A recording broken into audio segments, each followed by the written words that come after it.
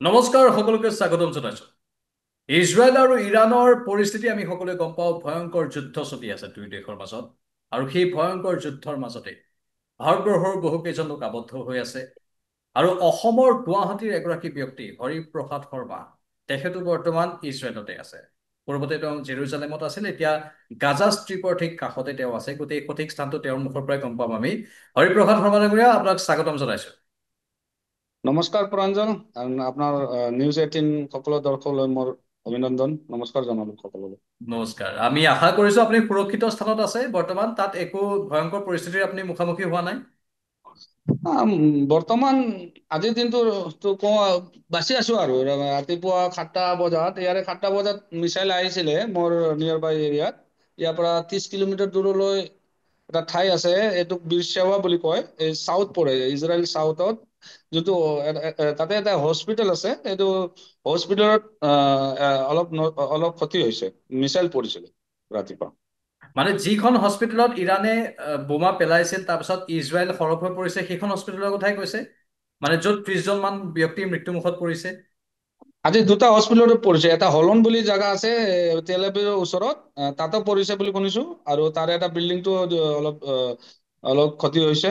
আৰু এইটো নৰ্থত পৰে, আৰু চাউথত যোনটো আছিলে বীৰসেৱা বুলি, বীৰসেৱাত এইটো হস্পিটেলত, চেৰন হস্পিটেলত অহা মাহ 6 তাৰিখে মোৰ এপইণ্টমেণ্ট আছে। ডক্টৰ এলাৰ্জিৰ কাৰণে অলপ যাওঁ বুলি কৈছিলো, একমাহ আগতে মই এপইণ্টমেণ্ট পাইছিলো। কিন্তু এতিয়া আমি গম পাইছো যে হস্পিটেলটো আজি এতিয়া বৰ্তমান বন্ধ কৰি থৈছে, মানে আউট পেচেণ্ট বিলাক এতিয়া লোৱা নাই। যোনবোৰ ভিতৰত আছে সেইবোৰতো আৰু ট্ৰিটমেণ্ট চলি আছে। অপাৰেশ্যন থিয়েটাৰ ৰুমটোতো অলপ ক্ষতি হৈছে বুলি শুনিছো। বুজিছো। মুঠতে পৰিস্থিতি তাত বৰ এটা সুস্থিৰ হৈ থকা নাই, পৰিস্থিতি উত্তেজনাময় হৈ আছে। আমি পুনৰ কওঁ, আশা কৰিছো আপোনালোক যাতে নিৰাপদে থাকে, সুৰক্ষিত অৱস্থাত থাকে। আপুনি হয়তো তাত বাংকাৰত আছে বৰ্তমান। মই বৰ্তমান বাংকৰতে আছো। অলপ আগতে এটা মেছেজ এলাৰ্ট আহিছিলে। আমাৰ কি হয়, 15-20 মিনিট আগতে এটা এটা আমাক এলাৰ্ট মেছেজ আহে যে ইজৰাইলত বাউণ্ডেৰীত মানে মিছাইলটো কিবা মিছাইল হওক বা ড্ৰোন হওক ডিটেক্ট কৰিছে আমাৰ এই। আপোনালোকে সাৱধানে থাকক, হয়তো আপোনাৰ ওচৰলৈ আহিলে আপোনালোকে গম পাই যাব, কিয়নো চাইৰেনটো বহুততো বাজিব। কিন্তু 10 মিনিট আগতে এটা এলাৰ্ট মেছেজটো আহিছে। এতিয়া ক'ব নোৱাৰো মোৰ এৰিয়াত আহিব বা নৰ্থত যাব বা ৱেষ্টত যাব, ক'ব নোৱাৰি। কিন্তু মোৰ এৰিয়াত যদি পৰিব বা মোৰ নিয়াৰ বাই মোৰ এৰিয়াত আহিব এই মিছাইলটো, তেতিয়া এটা হুটৰটো বাজিব, বাহিৰত এটা চাইৰন থাকে, বিৰাট জোৰত বাজিব। তাৰপিছত আমি কি কৰো, ৰুমৰ পৰা বাংকাৰলৈ আহো। বৰ্তমান মই বাংকাৰতে আছো, যে এতিয়া হুটৰটো বাজিব পাৰে, চাইৰনটো বাজিব পাৰে, ক'ব নোৱাৰো। কেতিয়াবা বাজে, ডিটেক্ট কৰি লয়। যদি মিছাইলে যদি কোনো চিভিলিয়ানৰ এৰিয়াত যদি নপৰে, মিছাইলটো কোনোবা বালু ঠাইত পৰিব, তেতিয়াহ'লে তাক ডিষ্ট্ৰয় নকৰে। কাৰণ ডিষ্ট্ৰয় কৰোঁতে বহুত টকা যায়। এটা ইণ্টাৰচেপ্ট কৰি কিনে এটা মিছাইলক যোনটো নষ্ট কৰে, তাতে কোটি কোটি টকা যায়। উম হম। মানে এতিয়া মানে বাচি বাচিহে সেই মিছাইলবোৰ ধ্বংস কৰি থকা হয়, নহয়নে? বৰ্তমান মানে ইজৰাইলে এনেকুৱাই কৰে, যদি চিভিলিয়ান এৰিয়াত নপৰে বা কোনোবা টাউনত বা ভিলেজত যোন মানুহ নাই আৰু সেই জেগাত যদি নপৰে, তেতিয়াহ'লে এন্তে তাক ডিটেক্ট কৰি তাক ডিষ্ট্ৰয়টো নকৰে, সি আহি পৰি যায়। বুজিছো। মানে হৰিপ্ৰসাদ শৰ্মা ডাঙৰীয়া, এটা কথা জানিব বিচাৰিছো, আপোনালোকৰ পুৱাৰ পৰা নিশালৈকে এইকেইদিন কেনে ভয়ংকৰ অৱস্থা চলি আছে? কাৰণ গাজা ষ্ট্ৰীপৰ কাষতে আপুনি আছে, তাতে হামাছেও এটা সময়ত আক্ৰমণ কৰিছিল। সেই অঞ্চলবোৰ অতি স্পৰ্শকাতৰ হয়। এতিয়া আকৌ ইৰাণৰ আক্ৰমণ চলি আছে ইজৰাইলৰ ওপৰত। পুৱাৰ পৰা নিশালৈকে গোটেই দৈনন্দিন আপোনালোকৰ ৰুটিনবোৰ কেনেকুৱা হয়? খোৱা বোৱা, বজাৰ কৰা, গোটেইখিনি যদি আমাৰ নিউজ 18 অসম নৰ্থ ইষ্টৰ দৰ্শকসকলক বুজাই দিয়ে। এই যোনটো ইৰাণৰ লগত যোনটো ৱাৰটো আৰম্ভ হ'ল বুলি ক'ব পাৰি। এসপ্তাহ হ'ল, যোৱা বৃহস্পতি বাৰে, আজি এসপ্তাহ হ'ল। এসপ্তাহ মই তেতিয়া জেৰুচালেমত গৈছিলো মোৰ বছৰ লগত, তাৰ জীয়েকৰ ঘৰত। তেতিয়া এটা নিউজো দিলো আপোনালোকক, মই এটা লাইভ এটা দিছো। এ, এই তাৰ আগদিনা বৃহস্পতিবাৰে ৰাতি সিহঁতে একদম পুৱা 2টা 3টা বাজে সিহঁতে ইৰাণে এটেক কৰিছে। তাৰ আগতে ইজৰাইলে ইৰাণৰ বহুতখিনি ঠাইত গৈ কিনে ইয়াত ষ্ট্ৰাইক কৰিছিলে। তাৰে প্ৰতি উত্তৰত ইহঁতে বৃহস্পতিবাৰৰ দিনা এটেক কৰিলে।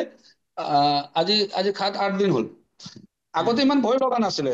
মই এতিয়া গাজা ষ্ট্ৰীপৰ ওচৰত আছে, এইটো মোৰ যোনটো এৰিয়া মই থাকো, এই এৰিয়াটোৰ নাম হয় ফাৰ মাইমন বুলি কয়। 6 কিলোমিটাৰ আৱে ফ্ৰম গাজা ষ্ট্ৰীপ। উম, এতিয়া এতিয়া চাগে আপুনি আৱাজ শুনিব, ঘৰটো হিলিব এতিয়া, একেবাৰে ষ্ট্ৰাইক কৰি আছে, এয়াৰ ষ্ট্ৰাইক, তাৰপিছত আৰ্টিলাৰি এটেক হৈ আছে দিনত। 20-25টাতো আৱাজ শব্দ, জোৰৰ শব্দটো আহে, ঘৰটো হিলি থাকে। মোৰ মানে এতিয়া এক্সপিৰিয়েঞ্চ হৈ গৈছে, ইমান ভয় লগা নাছিলে। এইটো হৈ আছে, গাজাৰ পৰাতো কোনো ৰিটেলিয়েটটো অহা নাই বৰ্তমান। এটা দুটা কেতিয়াবা এন্তে মাৰে সৰু সুৰা মিছাইল, এইটো ওপৰতে আমাৰ আইৰন ডমে ডিটেক্ট কৰি পেলাই নষ্ট কৰে। কিন্তু এই যে এতিয়া ইৰাণৰ লগত যোনটো ৱাৰটো ষ্টাৰ্ট হ'ল, সেইটো অলপ ভয়াৱহ। কাৰণ ইহঁতে এতিয়া বেলেষ্টিক মিছাইল মাৰিছে, ছুপাৰচনিক বুলি মিছাইল বুলি শুনিছো, যোনটো ইৰাণৰ পৰা ইয়ালৈ 2000 মোৰ দেন 2000 কিলোমিটাৰ আৱে।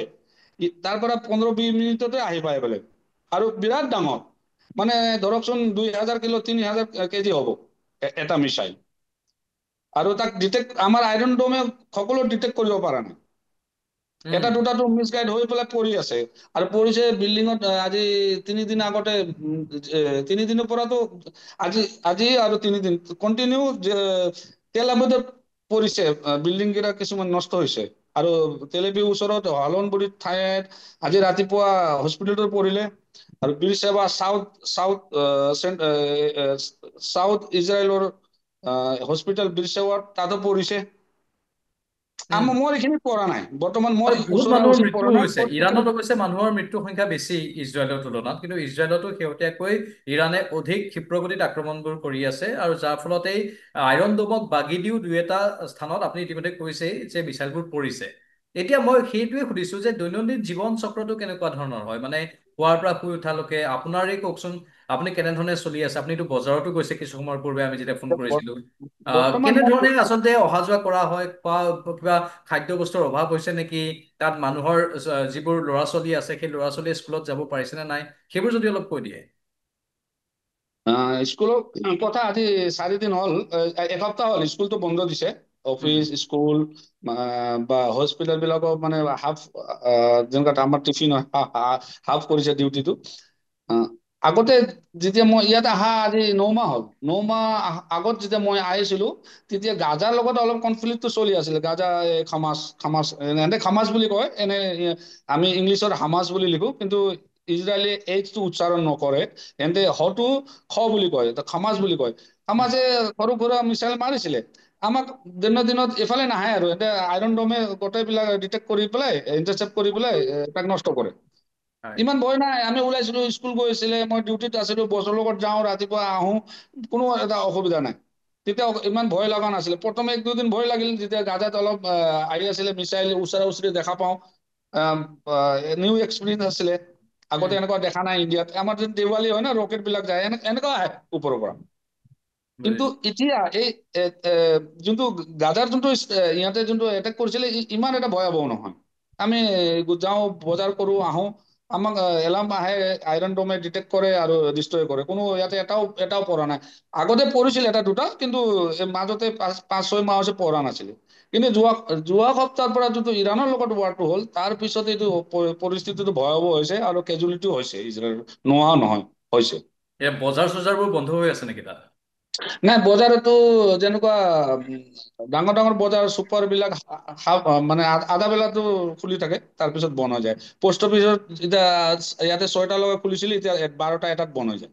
অফিচ কাছাৰীবোৰো তেনেধৰণে আধা বেলা খোলে আধা বেলা বন্ধ ৰাখে তেনেকুৱা? আধা বিলাক হৈছে। আৰু স্কুল বিলাক গোটেই বন্ধ, স্কুল কলেজ বিলাক গোটেই বন্ধ। মানে শিক্ষানুষ্ঠান গোটেই বন্ধ? আৰু শিক্ষা অনুষ্ঠান ৰাজপথত কি গোটেই দেখায়? বন্ধ। ৰাজপথত সেনা বাহিনী টহল দি থকা দেখা পায়, সেইবোৰ দেখা পায় নে নাপায়?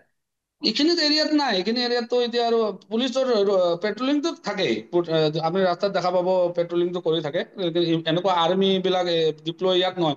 এতিয়া বৰ্তমান আমাৰ আৰ্মিটো গাজাৰ ষ্ট্ৰীপৰ ভিতৰতে সোমাই কিনে ইয়াতে নিজৰ অভিযান চলাই আছে। সেইকাৰণে কিন্তু ইমান এটা এই নহয়।